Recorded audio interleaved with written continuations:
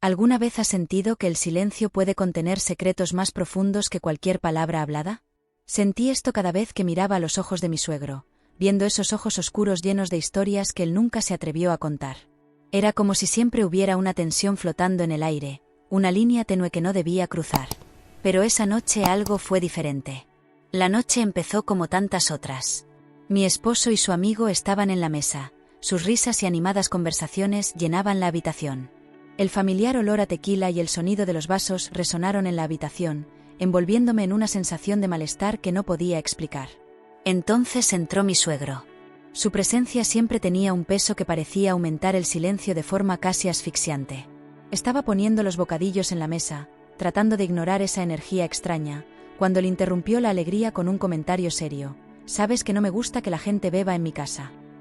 Su mirada se posó en mí y, en ese instante, me sentí como una chica sorprendida en el acto. No aprobó que yo participara en esa escena, pero mi esposo rápidamente apagó el momento con una sonrisa y una disculpa.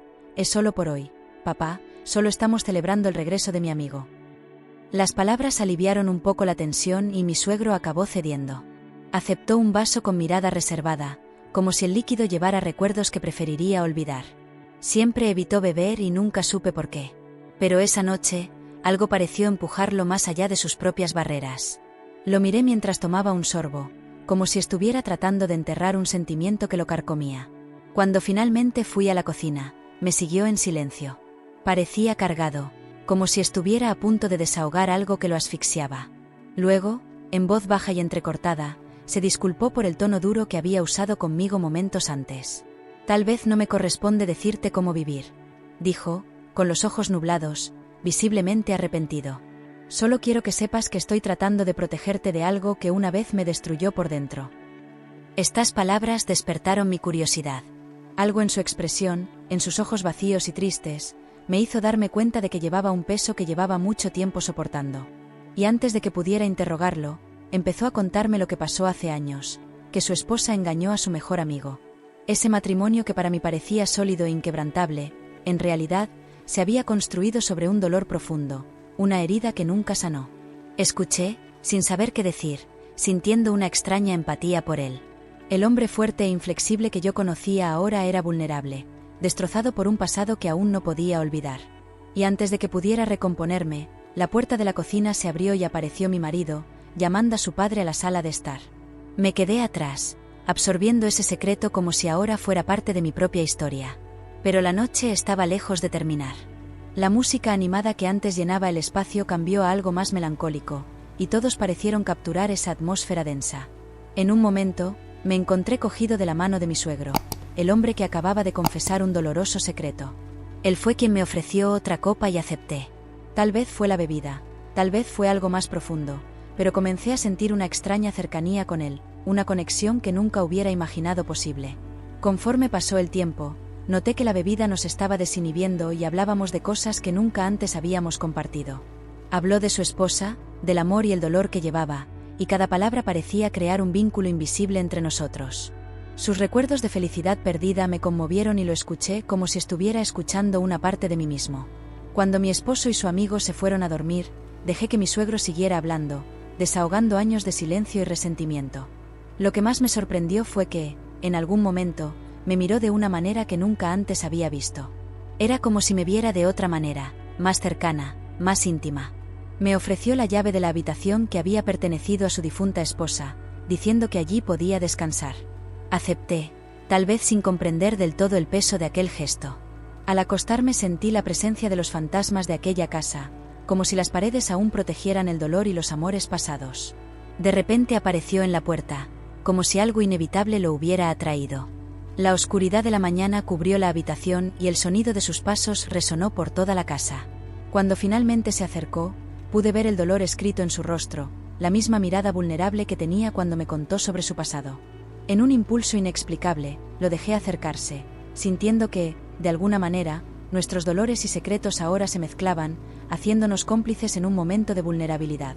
Al día siguiente, mientras me enfrentaba a mi marido, el peso de la culpa me asaltó. Pero algo en mí había cambiado. La casa albergaba ahora algo más que los dolores del pasado. Albergaba un nuevo secreto, un vínculo silencioso entre yo y el hombre que, hasta esa noche, solo conocía como mi suegro. Hola queridos. ¿Cómo están ustedes? Espero que todos se encuentren bien y bienvenidos a nuestro canal.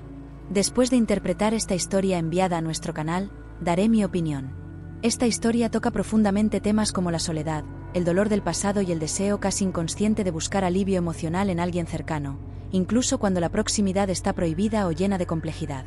La relación entre la narradora y su suegro es un campo minado, donde las emociones reprimidas y las viejas heridas crean una tensión casi palpable.